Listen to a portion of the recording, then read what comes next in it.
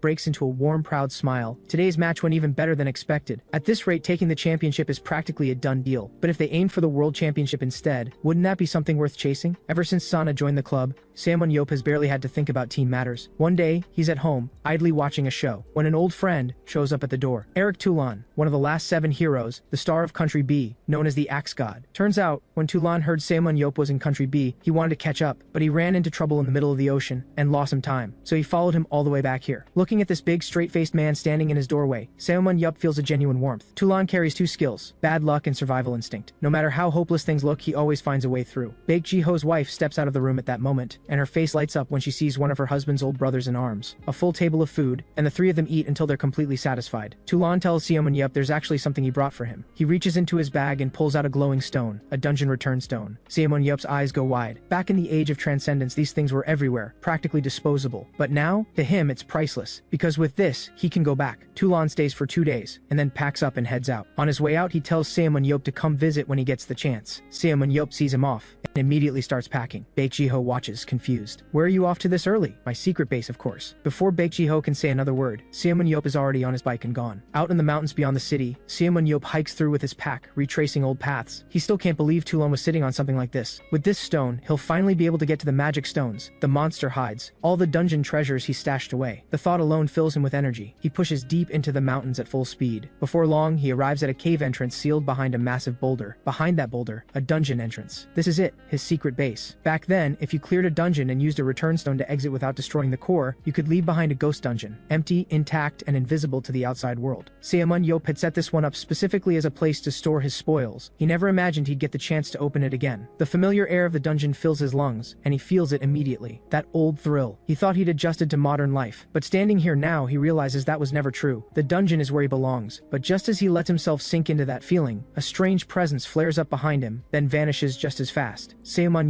frowns. There shouldn't be anything alive in here. The entrance showed no signs of forced entry. Unless, he tightens his grip on his spear. Could the underground people still be alive? Now that would be exciting. Right now, more than anything, he needs a real fight to let out all that raw, untamed energy building up inside. He charges toward the central chamber of the dungeon. Just as he crosses the bridge and closes in on the entrance, a beam of light fires straight at his face. He halts and throws himself back. He looks up, and his excitement drains away instantly. Standing in his way is a massive, oversized Zadron. Not the underground people, but this thing can still give him a decent workout. And judging by the size of it, everything in his storage has probably been devoured. Zadron are creatures that will eat just about anything, including their own waste. They also serve as crops for the underground people. Zadron store focus inside their bodies, and the underground people harvest it directly from them. But why would one be in here? Could he have missed a Zadron seed when he cleared this place? It's possible, but Seoman is thorough. Every time he cleared a dungeon, he turned the whole place over and destroyed every last seed. He can't make sense of it, but that can wait. Deal with it first. The Zadron lashes out with its vine tendrils. Seoman grips his spear with both hands. Without taking a single step, he deflects every strike. The moment an opening appears, he activates Enhanced Throw without hesitation. The spear blasts forward like a missile and drives straight through the creature. A thunderous impact, and the Zadron collapses. That was it? Hardly satisfying. He recalls the spear and starts venting his frustration on the corpse. striking it over and over, as if that's the only way to get it out of his system. An hour later, every last seed has been cleared. He keeps one, just as a memento. He heads into the storage area, just as he suspected, cleaned out completely. But there's one room the Zadron could never touch, the sealed stone chamber, where the dungeon core is kept. He had placed a seal on it years ago, and stored his magic stones inside. The door shows no signs of damage. He pushes it open and steps inside, and stops cold. The chamber is empty, nothing left but the core itself. To humans, magic stones are just glowing rocks, but to the underground people, they're the equivalent of oil and coal. Could there really be an underground person in here? Then his eyes land on something on the floor. Wait, isn't that my spear? The moment he confirms it's his, everything clicks into place. What he sensed back in Country B was no illusion. That underground person fled and ended up here. After a closer look around, the picture becomes clear. If he's reading this right, the underground person has been farming Zadron inside this base, and this chamber must have been rigged with some kind of alert system. Then, a dark, eerie presence erupts from behind him. He turns. A cloaked figure materializes in a haze of deep red. ManhwaCapped breaks into a wide, delighted laugh. You damn underground people, you really are still alive. Nearly a year back on this earth, and he's been starving for this. The feeling of being back in a real dungeon fight. The rank of underground people is determined by the color of their focus, and the level 3 red focus underground person standing before him is exactly what he was hoping for. The underground person sees the mocking look on his face and lets out a roar. Filthy human, why are you here? ManhwaCapped lets out a quiet, dangerous laugh. Filthy human? What if I told you that your entire civilization was destroyed by the very humans you're looking down on? How would that make you feel? But honestly, humanity owes you people a debt of gratitude. Because you were our prey, just like you harvest Zadron. We hunted you, and the rewards let us live very, very well. We made a killing off of you. At that, the underground person can hold back no longer.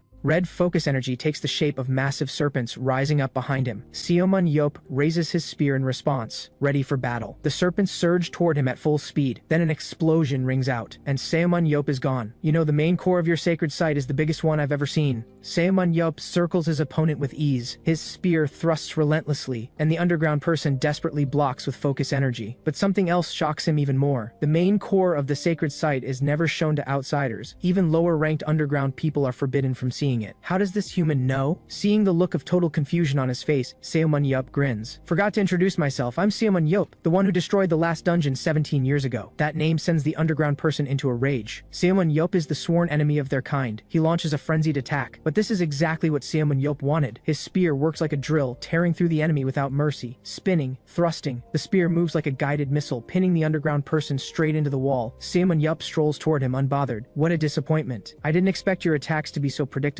He activates his analysis eye. The stats are indeed trash, and the target's rank is nothing more than an underground scout. Underground people have no names. They identify themselves by role. The scout's job is to locate focus sites. Think of them as reconnaissance units. ManhwaCapped grabs the spear lodged in the underground person's chest. He shoves it deeper. Where are the rest of your people? That white focus underground person I fought at the sacred site. Do you still have someone like that? Right, I think they called him the High Priest. The underground person glares through gritted teeth. You really are an arrogant human, but you'll be meeting our ancestors soon enough. The great ancient light has foretold it. The prophet has arrived on this land. He will lead us into the light. Even as the words leave his mouth, the underground person triggers self-destruct. The explosion echoes through the entire dungeon. When the smoke clears, he is nothing but a charred husk, barely clinging to consciousness. Then he sees ManhwaCapped, now standing in spirit form. The underground person's eyes light up with excitement. Great prophet, have you come to lead me into the light? ManhwaCapped clicks his tongue in annoyance. Did the explosion fry your brain? Just die already. ManhwaCapped had planned to turn this dungeon into his future home, but an unexpected underground person has left the place in ruins. Looks like he's stuck living with his sister-in-law for life. But what really puzzles him is the mention of the ancient light. And what exactly is this prophet? Could there really be a prophet who has already completed their spiritual awakening? He remembers hearing similar things from the underground people 17 years ago, during his dungeon raids. If any of it is true, then why didn't the underground people foresee their own destruction? And even if a prophet has appeared, rebuilding the underground civilization won't be easy. Back then, he destroyed every single magic stone in the dungeons. And according to researchers at the time, it would take at least 10,000 years to rebuild the underground people's sacred core city. Setting everything else aside, they simply don't have that kind of time. The underground person he just fought was nothing more than a desperate survivor, barely hanging on. The thought leaves ManhwaCapped a little disappointed. He had hoped for a real fight. Instead, all he got from that underground person was despair and fear. In the past, underground people would call for backup before self-destructing, but this one didn't even have the energy to try. ManhwaCapped clicks his tongue. Boring. Time to head home. Not long after he leaves, a flash of light appears deep in the dungeon. An underground person steps into into the room, surveys the bodies scattered across the floor, and lets out a long sigh. What a waste of that, Zadran. But what's really interesting is, Seomun-yeop is still alive. This time I will tear that man apart. At that moment, a white-haired man steps forward. Greetings, third generation. Meanwhile, Baek Ji-ho spots Seomun-yeop coming back so early and teases him. What, did you go hiking? Bring me back any wild ginseng? Seomun-yeop gives him a flat look, then he holds out a bottle. How much is this worth these days? Baek Ji-ho takes it completely baffled. A second later he freezes. Where did you get a Zadran seed? Seomun-yeop shrugs. Found it in a storage room. Figured I'd bring it back. Baek Ji-ho breaks into a cold sweat. Do you have any idea this thing could wipe out an entire city? Besides Warfire players, 99% of people in this city are ordinary civilians. Doesn't matter. I'll step in if anything happens. Just tell me what it's worth. As far as I know, there are still organizations researching underground civilization. I'm just trying to contribute to their work and make a little cash on the side. Relax. Baek Ji-ho stares at him speechless. There is one organization, but for something like this, you'll need to go through our boss, because that organization is the World Warfare Association. Meanwhile, Lee Na-yeon, trained under Seomun-yeop, is becoming increasingly gifted at disrupting her opponents. That confident look, combined with movements that flow with perfect precision, makes every opponent who faces her want to take her down on the spot. Looking over Lee Na-yeon's status panel, Seomun-yeop feels genuinely satisfied. He doesn't show up at the club often, but Lee Na-yeon's improvement has been massive, and her tactics growth is off the charts. Once her stats are fully leveled up, she could become just as much of a hot commodity as Nathan. The day she becomes YSM's signature star, there's going to be serious money to be made. After all, more than half the crowd at recent matches is there for her. Compared to her, Yoon Beom barely has any fans. True to his trickster role, he only emerges from the shadows when he's absolutely sure of the kill. By the time the crowd even spots him, he's already disappeared again. Before long, YSM wins their final regular season match and advances to the playoffs. Baek Ji-ho shows up to congratulate Seomun-yeop and lets him know he's also there on behalf of the World Warfare Association to officially collect the Zadran seed. Seomun-yeop gives him a look of pure contempt. You were the one freaking out about it. I can't believe the association took this long. I thought you weren't going to bother. Baek Ji-ho shifts the subject a little awkwardly. YSM is really at the top of its game right now, but the playoff teams are no joke. You confident about taking the championship? Seomun-yeop grins. Stop asking me questions with obvious answers. That kind of confidence catches Baek Ji-ho off guard. Do you have some kind of secret weapon up your sleeve? Just watch. At this very moment, YSM's head coach Sana is giving an interview. The host asks what his plan is for the upcoming playoffs. Sana glances at her calmly. The championship trophy belongs to us, simple as that. Even the host is taken aback by his confidence. Sana explains that before coming to Country A, their owner had made him a promise. Frankly, he feels a little sorry for the competing teams, because their owner, Seomun-yeop, agreed to personally compete in 3 matches within a year. Hearing this, Baek Ji-ho nearly drops his glasses. Are you seriously cheating? With Seomun-yeop as the club owner, the players can't exactly say anything, so they accept the reality of winning on easy mode. Sana then lays out the battle plan for the team. Their first playoffs opponent is ICBC, ranked 3rd overall. Targeting YSM's strategy specifically, ICBC recruited Han Sung-eop in the last transfer window, a player with the tracking superpower. His individual stats aren't impressive, but his skill lets him lock on to 5 opponents at once and track their every move. This completely shuts down Yoon Beom and Jo Sung-ho. The moment they're locked on, they're as good as useless. On top of that, this skill gives ICBC a real-time read on the battlefield before anyone else. Seomun-yeop tells everyone to relax, he's already got a plan. This time, he's teaming up with Jo Sung-ho. There's something he wants to test. Match day arrives quickly. After weeks of online buzz, Seomun-yeop's participation has become a global talking point. Country A's once overlooked secondary league is now the center of worldwide attention. The moment Seomun-yeop steps out, the crowd erupts. All this fame and he has no idea what to do with it. Even the usually quiet Four Eyes can't help himself. Boss, can you tone it down a little? The two sides meet before the match. Every single ICBC player looks like they've bitten into something rotten. Pure misery on their faces. YSM, on the other hand, couldn't look more relaxed. With the boss on the roster, this one's basically already won. Seomun-yeop activates his analysis eye right away. Just as expected, not a single real threat in sight. The match begins. Jo Sung-ho, as always, heads straight for a safe position. Only this time, he's carrying a pair of binoculars. The countdown ends and everyone charges out according to the plan. Everyone except Seomun-yeop, who's still standing at the starting point, casually stretching. On the other side, ICBC's 6-man squad finishes their first round of hunting. From the very start, they've been using Han Sung-yeop's skill to track Seomun-yeop and his teammates. Their plan is to drag out the match and close the gap through hunting. In the Warfire system, collecting kill points boosts focus and overall stats. Use this mechanic wisely, and even a weaker team can close the gap against a stronger one. Going head-to-head with Seomun-yeop from the start would be suicide. So ICBC cuts their close-range fighters and loads up on ranged attackers. Their strategy, track Lee Na-yeon, Jo Sung-ho, and Yoon Beom from a safe distance and take out the support squad first. Of course, this plan depends on 2 conditions. First, YSM has to run their support tactics. Second, don't run into Seomun-yeop before they're fully powered up. By now, Greasy Hair Captain's focus has shifted to purple. Just as they start to think they actually have a shot at this, a spear flash shoots straight at Greasy Hair Captain's face. He twists his head to dodge, but Han Sung-yeop behind him takes the full hit straight through the chest. Everyone is stunned. Seomun-yeop hasn't even left the starting point, and he's already landing throws from that distance. Heh, looks like this one works. That's right. Ultra long range throw combined with weapon recall lets Seo Man-yup wipe out the entire field without taking a single step. And the one feeding him the vision? Jo Sung-ho, binoculars in hand. Throwing his spear through someone else's line of sight, now that is next level teamwork. The clueless ICBC scrubs are completely dumbfounded. Greasy hair captain frantically calls for the second squad, only to hear they've been ambushed by Seo Man-yup. He's lost all hope. We can't even see him. How are we supposed to fight this? This is Seo Man-yup's brand new strategy, using Jo Sung-ho's line of sight to land his kills. At first during training, Seo Man-yup couldn't find his aim at all. After all, there's distance, wind, and angle to account for. But he found his groove fast. It's like playing cards with a partner in the dark. You just know exactly where to land it. With this move, he goes on an absolute rampage. It's like an appetizer he simply can't stop eating. Sana's verdict: mind-blowing, absolutely unmatched. Watching all this, Baek Ji-ho is completely dumbfounded. Blind throwing? Fine, he could wrap his head around that. But weapon recall? After all these years by Seo Man-yup's side, he's never once seen him use that move. At this point, the ICBC players are on the verge of tears. Not only do they have to watch out for Seo Man-yup's spear strikes from nowhere, even the monsters they're about to hunt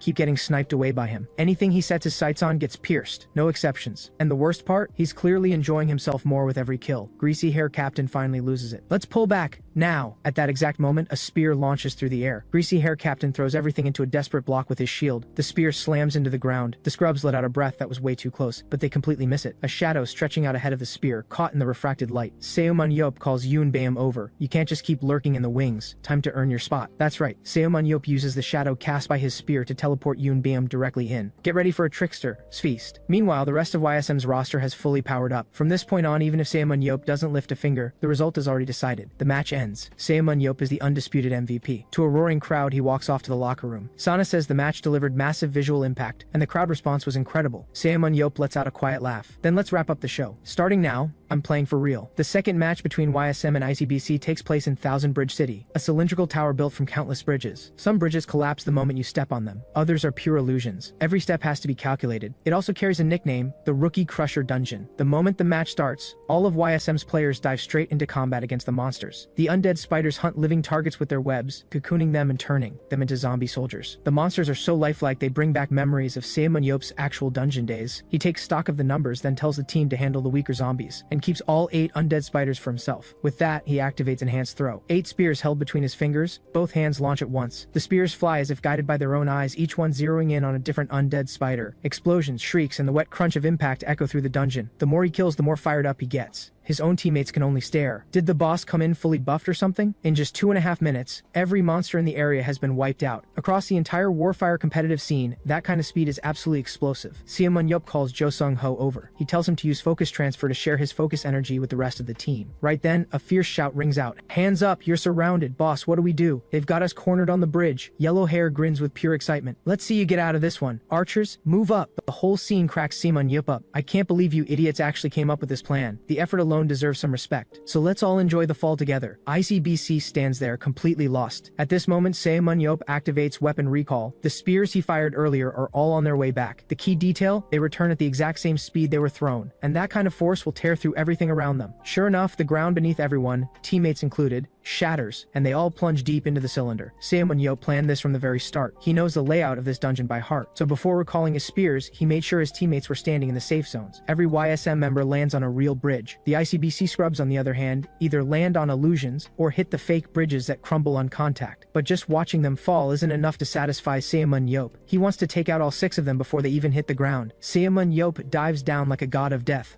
1 thrust, 1 kill. In just 2.5 seconds, he racks up 4 kills. Everyone watching outside is speechless. Is this something a human being can actually do? After the 5th kill, Seo Man-yup locks on to the last one still falling. The spear drives into his chest, and Seo Man-yup rides him down from above, feet planted on the scrub like a surfboard. Heh, human surfing for the finish. How's that feel? 1 strike, 1 kill, clean and effortless. The remaining 5 have completely given up. This guy has to be a demon. Swift as a reflex, smooth as silk, Seo Man-yup steamrolls through everyone with sheer overwhelming force. Faster than you can blink, he single-handedly racks up 11 kills. Numbers like that would turn heads even at the World Championship League. The crowd goes absolutely wild. Best ticket they've ever bought, no question. The match ends. Lee Na-yeon rushes over to congratulate him, buzzing with excitement. Seo Man-yup looks completely unbothered. What's the big deal about stomping scrubs? I did the same thing to the national team at that charity match. Lee Na-yeon breaks into a cold sweat. Easy for you to say. The ICBC guys are absolutely falling apart mentally. Seo Man-yup tells Sana he won't be stepping in for the next match. He's already crushed their will to fight. The rest is just just cleanup. If we can't close it out from here, we might as well pack up and go home. Before long, the first playoff series is over. YSM sweeps it 3 straight, a dominant, total victory. In the second playoff series that follows, the same story plays out all over again. ManhwaCapped uses sheer, undeniable power to show the world exactly who stands at the top. The Bald brothers even put out a statement. They'd sell everything they owned to sign him. Meanwhile, in City L, Country C, one of the former 7 heroes and head coach of Steel Legion, Emre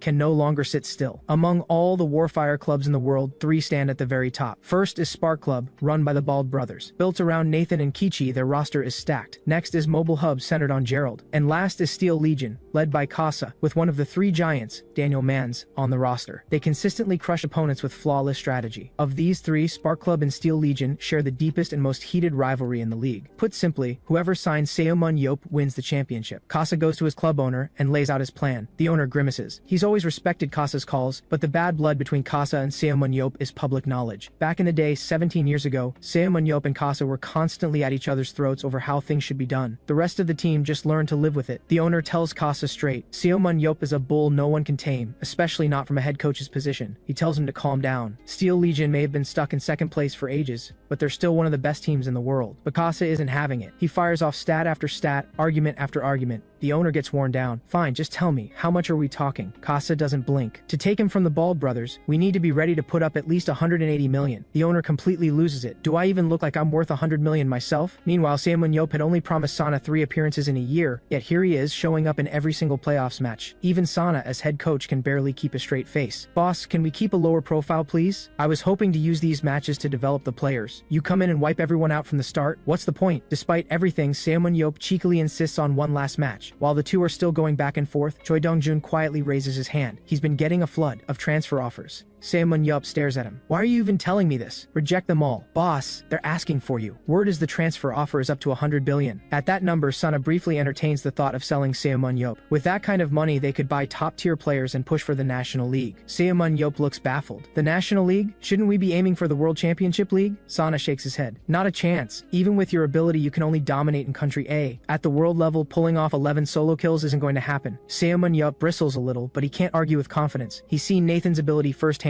If there were 11 players at that level on one team, even he might not come out on top. ManhwaCapped asks, what if they brought in some foreign players? That should do it, right? Sana stares at him. Who's going to come to a team like this? No housing, no car, no money. Miss any one of those and they walk. And the good foreign players are all already signed. At best, we're looking at unproven prospects. Even then, the growth ceiling in Country A's league is basically non-existent. Besides me getting dragged into this mess, there's almost no reason for anyone to come here. ManhwaCapped goes quiet. Looks like they'll need to find raw talent and build it from the ground up. After the playoffs wrap up, ManhwaCapped calls Sana and Choi Dong-jun into his office. The team's 7 core players are set. He wants to bring in a fast support tank, as many close-range fighters as possible, and, most importantly, a solid ranged attacker. Lee Na-yeon has been outstanding, but her damage output is lacking. A stronger attacker would patch up the team's biggest weakness. He pulls out a list and hands it over. These are the players he plans to recruit in the winter transfer window. Sana picks up the list and reads. Choi Dong-jun peeks over his shoulder. Then he freezes. Boss, are you serious? You actually want to recruit him? Easier said than done, though. The very first school ManhwaCapped visits turns out to be a dead end. Coach Fatty tells him the 2 players he's after, one has already been signed by Twin Star Club, and the other has retired. Young as he is, he inherited enough property from his parents to never work again. ManhwaCapped has no words. He turns to leave, but Coach Fatty stops him. There's a student named Young Min, graduated last year, but he's given up on Warfire and has no direction right now. Word is he's been hanging around with a bad crowd. ManhwaCapped clicks his tongue. Do you think I'm running a lost and found? Coach Fatty tells him, Young Min genuinely has talent. He used to play close range, fighter. He can tell Young Min doesn't belong with those people. He doesn't want to see that talent go to waste. ManhwaCapped thinks it over. So basically you want me to knock some sense into him and drag him back to Warfire. Fine, tell me where he is. ManhwaCapped finds Young Min at an internet cafe. Just like Coach Fatty said, his stat growth looks promising, but none of it has been developed. He's been wasting away for far too long. To avoid being recognized, ManhwaCapped puts on a helmet before approaching him. One of the thugs with Young Min takes offense immediately. Who does this punk think he is, rolling in here with that helmet on? ManhwaCapped doesn't bother holding back. He steps in and unloads a military combo on the spot. The other thugs pull out blades, ready to jump in for their friend, but at that moment, Young Min catches something in those eyes and recognizes him. He tries to stop the others, too late. By the time the dust settles after a thorough and enthusiastic beating, every last thug is on the floor. ManhwaCapped takes off the helmet and walks straight over to Young Min.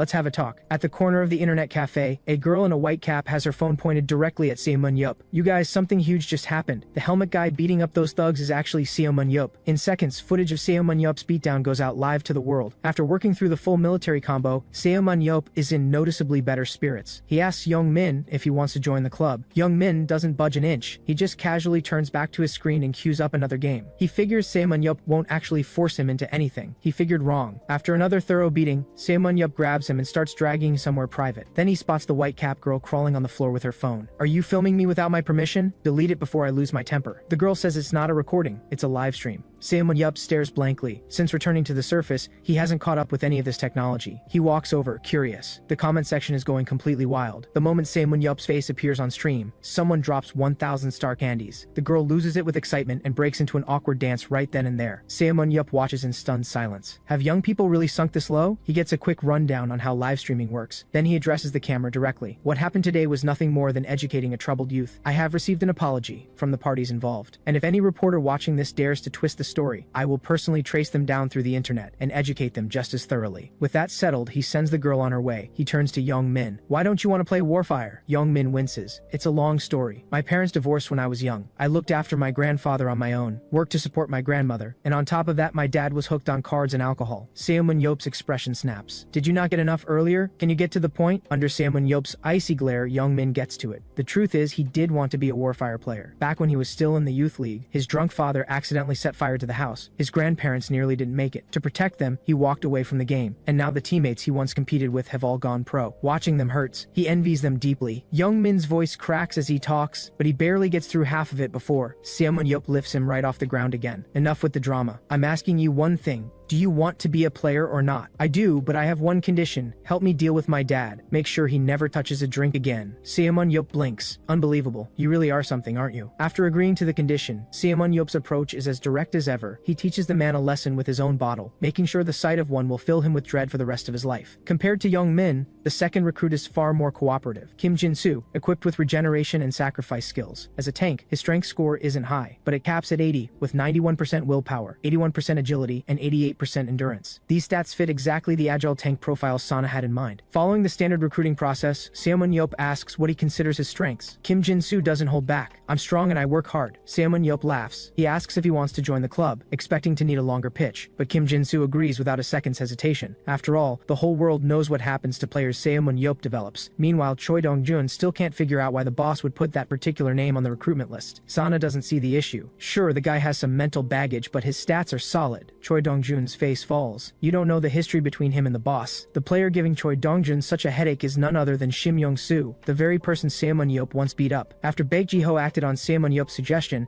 Shim Young-soo was cut from the national team. Furious and humiliated, he drowns himself in alcohol day after day. What he doesn't know is that Manhwa already has his eyes on him, and Manhwa's method, as always, is to lead with his fists. You've been cut from the national team. Your value is about to drop through the floor, and your reputation will only get worse from here. But I'm offering you a chance to start over. Join my club. Shim Young-soo explodes with rage. Who do you think you are? You're the reason I got cut in the first place. You think I'm going to trust a single word you say? Manhwa slaps him. Watch your mouth. Then comes another full and thorough beating. Shim Young-soo goes completely quiet. Manhwa tells him to stay on his good side. One word to Baek Ji-ho, and he can get him back on the national team. He advises Shim Young-soo not to get any ideas. Back during the war, there was a troublemaker even worse than Shim Young-soo. After Manhwa took him under his wing, that same troublemaker became a hero of Country S. If Shim Young-soo wants to make his championship dream a reality, the smart move is to stick with Manhwa and follow his lead. With that, Manhwa tosses him a business card and walks away. But when Shim Young-soo gets home, his father tells him straight out to join YSM Club. Shim Young-soo stares in disbelief. Didn't you hate Manhwa? And what about Baek Ji-ho? Weren't you two always at each other's throats? His father speaks with quiet seriousness. How could I hate a man who saved the world? My problem with Baek Ji-ho was never personal.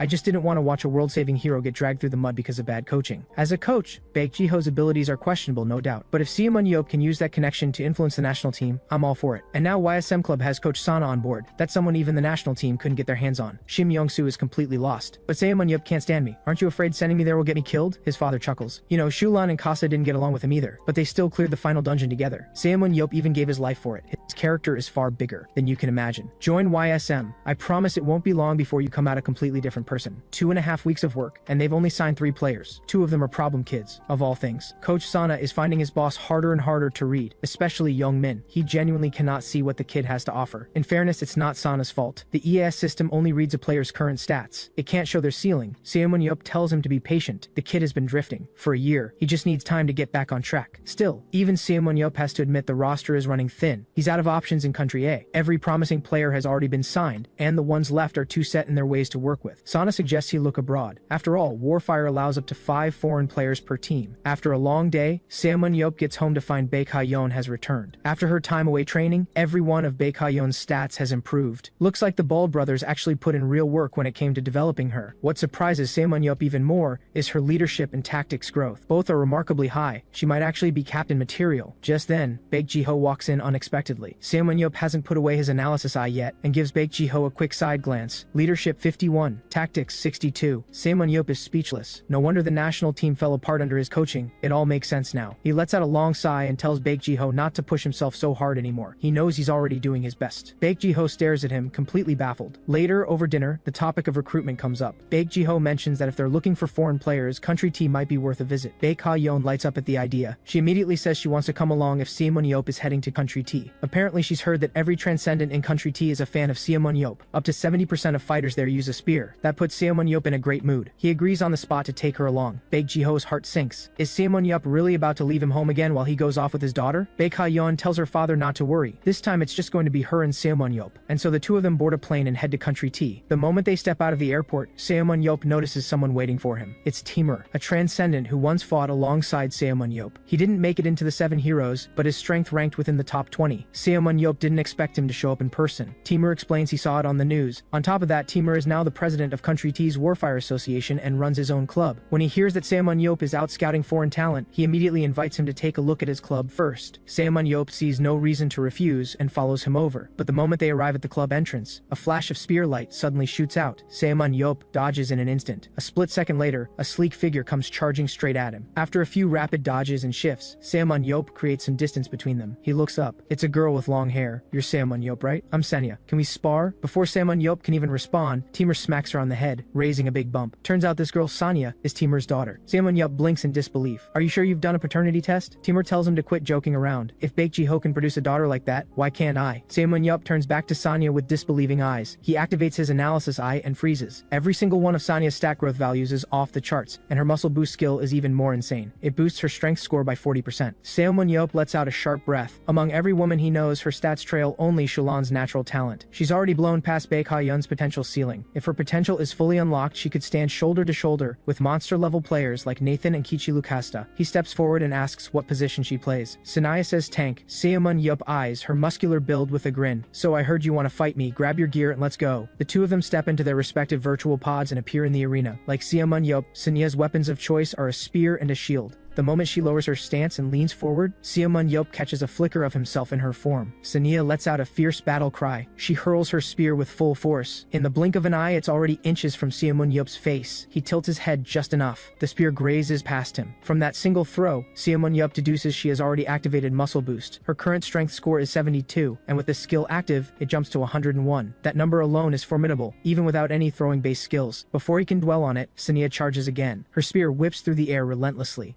Seomun-yup weaves and dodges, reading her every move. Her maximum strength score is 87. With Muscle Boost activated, that shoots straight up to 122. That's far beyond what Seomun-yup anticipated. And her close-range combat is solid too. With a quick assessment locked in, Seomun-yup launches his counterattack. The moment he deflects her spear, he drives forward in a burst of speed. His own spear moves like a living blade, thrusting rapidly toward her. Sanya cries out in surprise and twists away, pulling back to create distance. She chose to retreat instead of blocking. Her shield control clearly isn't there yet. Makes sense. Tanks are built to absorb damage, so most are more comfortable with a shield than a weapon. But Seomun-yup carries a shield for two very different reasons. First, he uses his exceptional technique score to read incoming attacks in advance and block every hit. Second, it comes from an honest understanding of his own limits. Compared to other tanks, he's more agile, but his raw strength falls slightly short. In other words, his loadout isn't the most powerful combination, but it's the one that fits him best. That style, however, doesn't suit Sanya at all. Her strength score is sky high, and with better shield technique she would make a very solid tank, but her agility and speed are exceptional too. Locking her her into heavy armor would be a waste. Sticking to the current style throws away the full potential of muscle boost. The question pulls Seomun into a dilemma. Should he keep her as a tank or develop her into a fighter? But that's a question for later. Right now, he needs to finish this fight. Seomun's figure flickers, and he closes in fast. His spear drives forward with brutal force. This time, Sanya is ready. She plants her feet and raises her shield, determined to block his killing blow. But she's underestimated him. One powerful thrust, and the shield is sent flying. Seomun's powerful hand shoots straight toward her. Sanya is caught completely off guard and gets slammed to the ground. The dust settles. Seomun's fist stops just inches from Sanya's face. He doesn't have a scratch on him. He looks down at the girl pinned flat on the ground. Seomun gives a sly smile. "I went easy on you for that last one." The match ends. Seomun is impressed. He asks whether that fighting style came from her father. Sanya explains that because she's naturally strong, her father had her train as a tank, and since Seomun is the idol of every tank player, she built her fighting style around his. Seomun sighs. He tells her the reason he uses both a shield and a spear is to distribute force evenly to both sides, so he's always ready to dodge or counter at a moment's notice. But with Sanya's strength score being so high, gripping a shield causes her to overcommit her force, which stiffens her movement and makes it nearly impossible to switch quickly between offense and defense. He tells her plainly the current style doesn't suit her. To bring out her full strength, she needs to ditch the shield and switch to dual spears as a close-range fighter. But before he can even finish, Sanya turns her head away and flat-out refuses. Seomun's temper flares up instantly. Who does she think she is, ignoring his advice? Timur quickly steps in and tells him to calm down. He's spent 2.5 years around Seomun. He knows exactly how fast that temper ignites. He pulls Seomun aside. The reason his daughter refused is simple. He just doesn't understand how women think. To her, you're her idol. Using the same equipment as her idol is a lifelong dream. Seomun kicks him in response. What's the point of that? Timur looks at him with a wounded expression. This girl has worked for over 10 years with you as her inspiration. Please don't crush that. That stops Seomun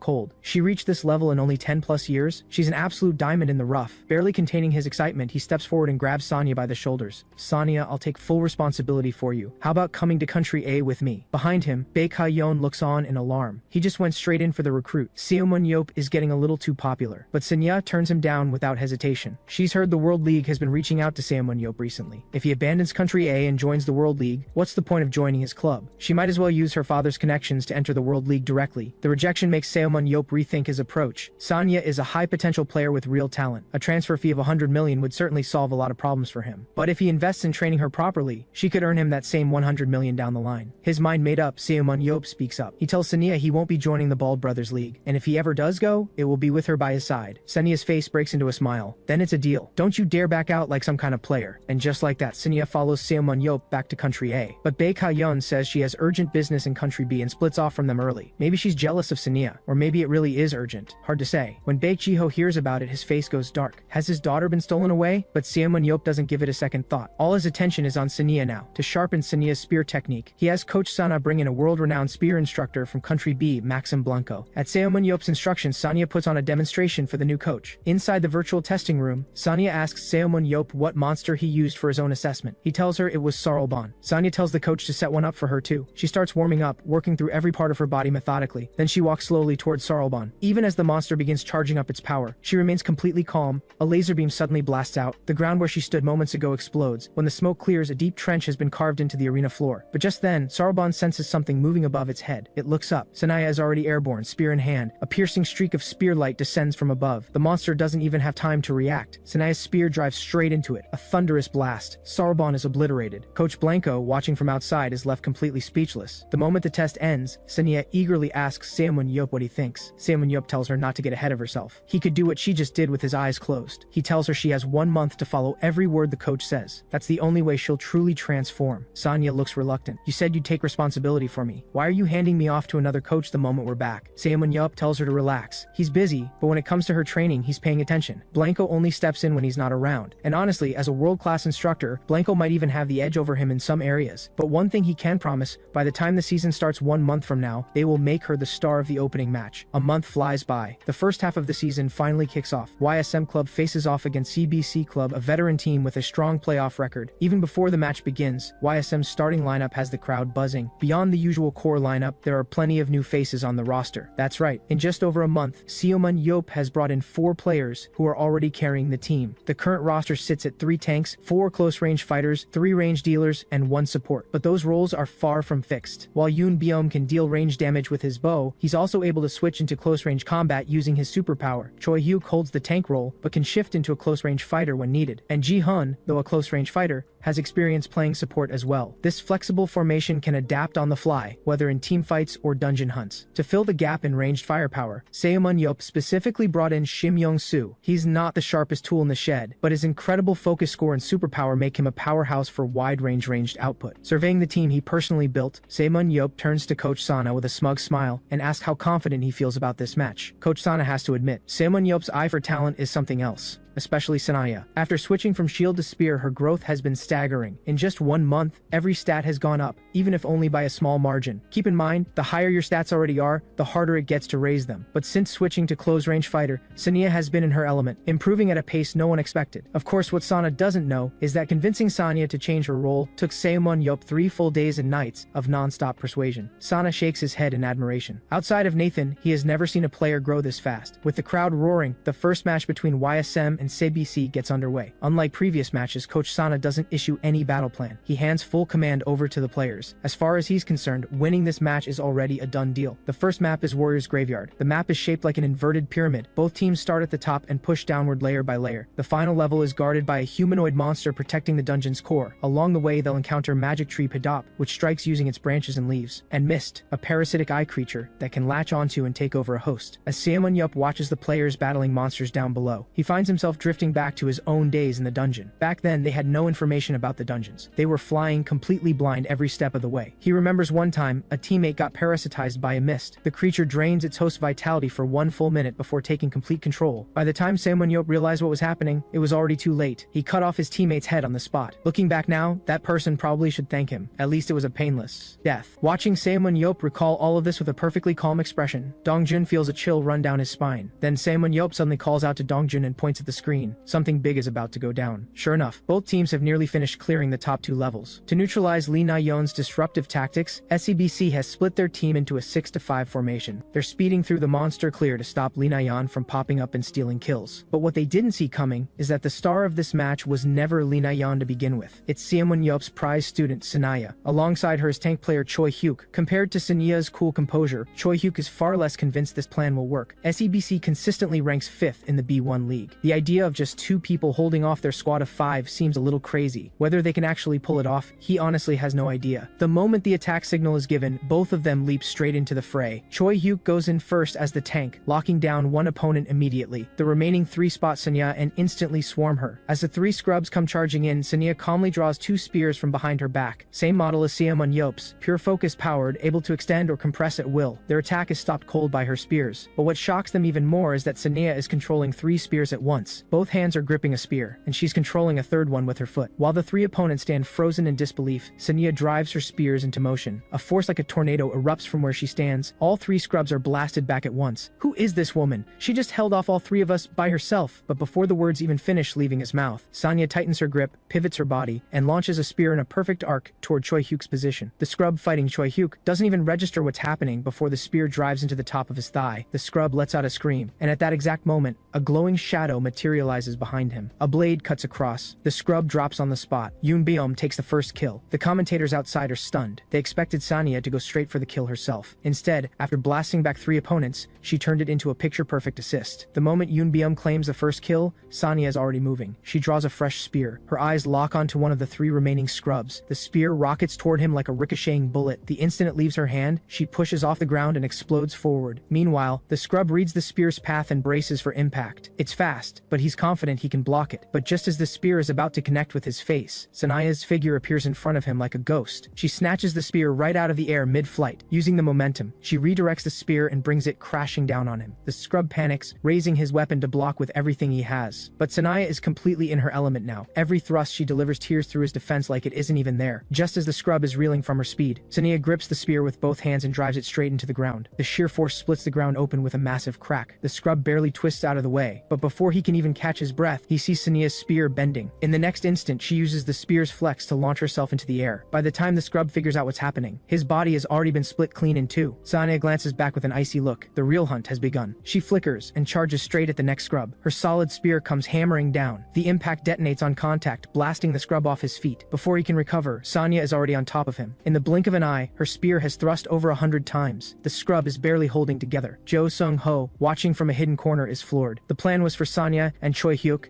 to pin down Seb C's second squad. He didn't expect Sanya to drop a bombshell the moment she went in. He immediately passes the word to Ro Jong-hwan. Everyone stop farming. The chance to wipe the enemy team is right now. Meanwhile, Seomun Yup watching from outside the screen lets out a sharp gasp. Sanya's agility score and technique score have actually gone up mid-fight by a full point. It's true that players can raise their stats during battle through deep focus and real experience, but this is Sanya's very first team fight. Back in the arena, landing those kills has lit something up inside Sanya. Everything clicks at once. When Seomun Yup first told her to become a close-range fighter, she wasn't sold on the idea. But now that she's actually doing it, dealing this much damage feels absolutely incredible. As exhilarating as it is, she never forgets what Seomun Yup taught her. He told her once, if chasing kills costs your teammates their lives, you've already lost. No matter what position you play, keeping your teammates alive always comes before securing a kill. That thought pulls her eyes to Choi Hyuk. He's starting to struggle. Without hesitation, Sania abandons the kill and sprints toward him, shouting at him to give her his back. Choi Hyuk catches on instantly and lowers himself. Sania uses him as a launching pad and vaults forward into the enemy. The scrub fighting Choi Hyuk has no idea what just happened. The only answer he gets is a cold spear. At that same moment, the rest of the YSM squad converges on the fight. The outcome is never in doubt. YSM delivers a masterclass in what it looks like when fundamental skills are pushed to their absolute limit. Seomun Yup watches Sania, who seems to be glowing with highlight after highlight. A proud smile spreads across his face. Exactly what I'd expect from someone who even caught my attention. She didn't let me down. After the first match ends, Shim Young-soo slips off to the bathroom alone. He pulls out his phone and eagerly opens the Warfire forums, desperate to see what people are saying about him. It's exactly as bad as he feared. The comments are brutal. Ever since he was kicked off the national team, he's been the forum's favorite punching bag. And even after a win, people are calling him a coward who hides in the backline. Shim Young-soo is losing his composure. These idiots don't know the first thing about tactics. But then two voices drift in from outside, and Shim Young-soo can't stay still anymore. Two CBC players are outside. They're talking about Shim Young-soo, and every word drips with mockery. That's it. Shim Young-soo shoves the stall door open, ready to have it out with them. The scrubs see his fury and don't flinch for a second. They actually turn up the heat even more. That's the plan. Use his hot-headed, impulsive nature to stir up a scandal and get some leverage going into the next match. But just as they've got him right where they want him, another stall door is kicked open. Shim Young-soo takes the full hit. The person walking out is Seomun Yup. He happened to be in there the whole time and heard every word. But unlike Shim Young-soo, he isn't falling for it. A few sentences was all it took to see exactly what these two are up to. The scrubs are suddenly nervous. One of them starts to open his mouth to apologize, but Seomun Yup moves first. He grabs Shim Young-soo and tells him to apologize to them for his attitude just now. The scrubs look completely confused. What is happening? Shim Young-soo is equally baffled. They're the ones who started it. Seomun Yup stares him down. Do what I say or they'll have all the ammunition they need to tear you apart. Why do you think they were talking about you loud enough for you to hear? Without waiting for a response, he forces Shim Young-soo's head down and turns to the two scrubs with a cheerful smile, offering a clean apology on his behalf. On his way out, he makes a point of confirming everything is fine between them. His whole move is simple: leave no opening for anyone to spin this against them. He knows Shim Young-soo is being played, but since he's on his team now, he's not going to let that slide without a response. Just before walking out, Seomun Yup grabs the doorframe and turns back to the punks with an ice-cold look. You two got lucky today. Shim Young-soo is still on probation, so I'm letting it go. If there's a next time, use your imagination. He walks out without looking back. The only thing left behind is a deep set of claw marks in the doorframe. Meanwhile, Ro Jong-hwan is getting the team ready for the next match. This match may have been set up to test Sanya, but everyone else still needs to stay sharp. The second map is Ant Nest. Long ago, the underground people experimented on the ants there, and the results were monstrous mutations. The ant queen hides at the very bottom of the dungeon, but the moment anyone gets close, she issues a command and every ant in the dungeon comes swarming. That means the only way to clear this map is to wipe out every single ant first. While Ro Jong-hwan goes over the strategy with the team, Shim Young-soo's mind is somewhere else entirely. Even after Seomun Yup's warning in the bathroom, he cannot let go of his grudge against those ABC players. Every laugh from that side of the room sounds like it's aimed at him. When the match officially begins, both teams move into the dungeon. The question is whether Shim Young-soo can keep himself in check while that grudge is burning inside him. The second match gets underway. The 5-person pinning squad led by Sania charges out front. Ro Jong-hwan leads the hunting squad from behind, tearing through enemies left and right. With seamless teamwork, wave after wave of ants falls to the YSM members. But when they finish clearing the first zone, the team realizes Shim Young-soo has vanished. Sure enough, during a lull in the fighting, he slipped away from the squad on his own. He's determined to make those SEBC players feel the full force of his signature move. While he's rushing toward them, Ro Jong-hwan messages him demanding to know where he went. The rebellious punk ignores it completely and mutes him. That sends Ro Jong-hwan through the roof. Someone on his own team is defying his command. When this is over, he's going to deal with him. 10 minutes later, Shim Young-soo arrives at the enemy's hunting zone. What surprises him is that he only sees SEBC players here. There's no sign of his own pinning squad. The original plan had Sania's squad arriving here first. Shim Young-soo intended to link up with them. Then he'd be free to unleash his blast balls from a safe position. It's not going the way he imagined, but he's not backing down. Blazing fireballs streak toward the enemy like missiles. He has complete confidence in his signature move. Watching the flames burst into the air, Shim Young-soo grins. But when the smoke clears, not a single opponent has taken damage. The lead scrub lets out a mocking laugh. Knew you'd come crawling here alone to get revenge, you coward. We've been waiting. Arrows come flying at Shim Young-soo. His plan has completely backfired. His face goes dark with humiliation. He feels absolutely sick. He dodges their attacks, firing off blast balls at the same time. But Seb C has come fully prepared. In seconds, one scrub is right in his face. Shim Young-soo curses under his breath. Fine, he'll take them all down with him. A blast ball forms in his hand. Then, in the next instant, the flame fizzles out. His heart drops. His skill is still on cooldown. His signature blast ball skill holds 5 charges per cycle, with a recharge time of 150 seconds. He rarely fires them all at once in practice, so tracking the recharge time has never been something he's had to think about. Shim Young-soo collapses to the ground. The CBC squad stands over him, grinning down. Finally got you big idiot. But at that exact moment, the announcer's voice rings out from behind them. Sanya, 1 kill. Everyone jolts and spins around. There stands Sanya, spear in hand, staring at them all with a cold, steady gaze. Shim Young-soo is completely lost. Before he can process any of it, a dark hand reaches in and yanks him away. The sudden turn of events leaves the CBC players stunned. They've lost a teammate, and Shim Young-soo has disappeared. Was this all part of YSM's plan? Not exactly. Jo Sung-ho has dragged Shim Young-soo into a hidden corner. The original plan did have them arriving here first to pin down CBC before Shim Young-soo could make a move. But before the match, Saemun-yup told them directly this rebellious punk would definitely break formation and go after CBC on his own. So Jo Seung-ho and the others deliberately waited here for him. They even kept one ant alive on purpose to stop this section of the nest from collapsing. Shim Young-soo stares in shock. Thinking back to how Saemun-yup has been treating him, a wave of defeat washes over him. He predicted every single move. Jo Sung-ho signals to the group. The others are about to arrive. It's time to move. Shim Young-soo's face goes dark. He doesn't wait for the others to decide anything. He's already crawling out on his own. Hey, if I throw a blast ball over there right now, that should be a lot of kills, right? You think you've got me all figured out, Saemun-yup?